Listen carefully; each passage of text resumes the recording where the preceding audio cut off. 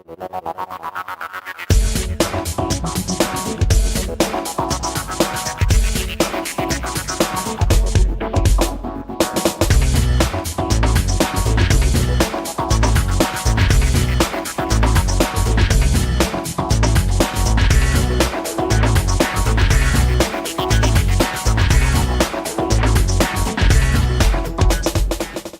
there, I'm Tony DeLorenzi. I'm a real estate photographer here in the Carolinas, and I put together this video series called Real Estate Photography 101 to hopefully help those interested in getting into real estate photography learn how to do it correctly. And the way that I am teaching this is using the method of blending photos. I'm going to blend ambient shots with flash shots. So let's go over the settings that I'm going to be using throughout this series. My f-stop usually stays the same, and that's 7.1. My ISO is typically 320. My shutter speed is going to be all over the place. Throughout this series, I'll be talking about ambient light versus flash. So real quick, I want to make sure we're all in agreement on what that is. Ambient light is existing light. It's a light coming through the windows. It's any sort of artificial light, light that's continuous. That is ambient light, and we're going to control that ambient light with our shutter speed. That's why our shutter speed could be all different settings. And flash, of course, is the light coming from our flash.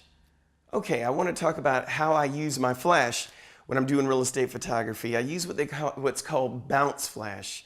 So I'm going to take my flash, and instead of pointing it straight into a room, which is going to cause all kinds of shadows because of the direction, I'm actually going to point it up and bounce it off of what I hope is a white ceiling in the room. Whenever you bounce the flash, which obviously is a small surface area on the flash, when you bounce that small area off of the big ceiling, it creates a bigger light source when it's reflected.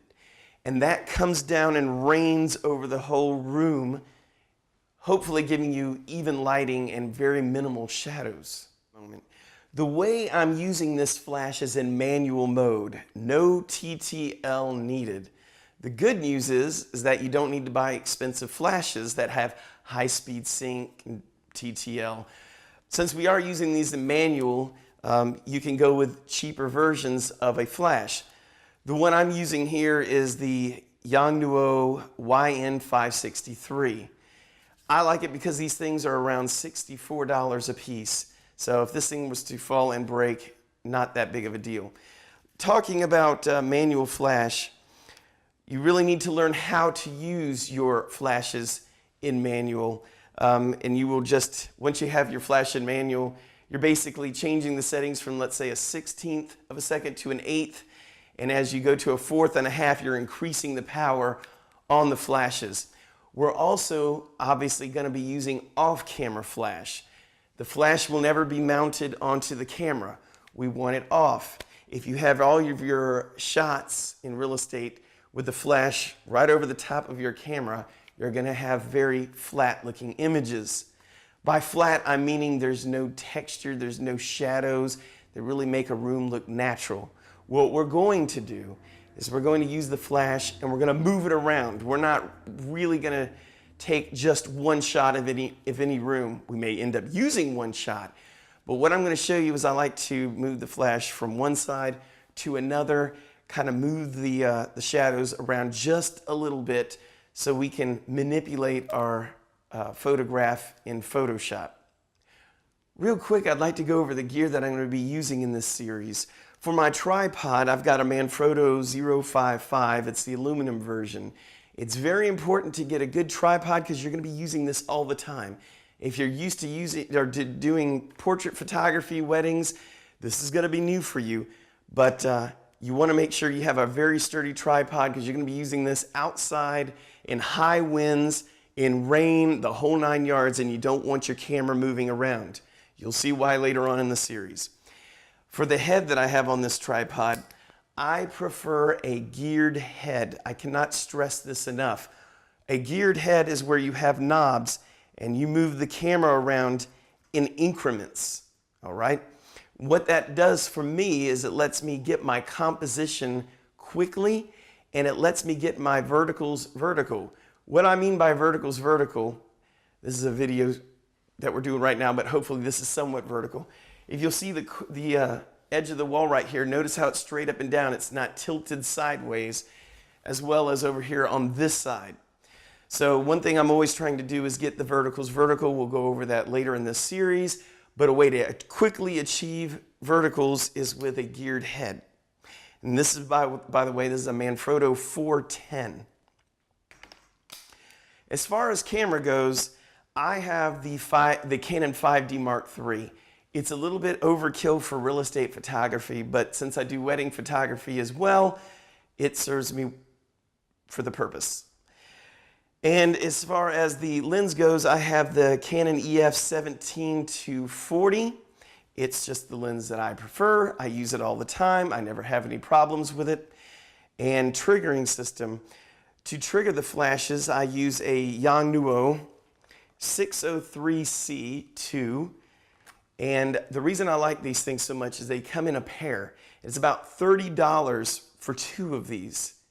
And since I use the Yongnuo flash, the 560, there is no receiver needed for inside the flash. It's already built in.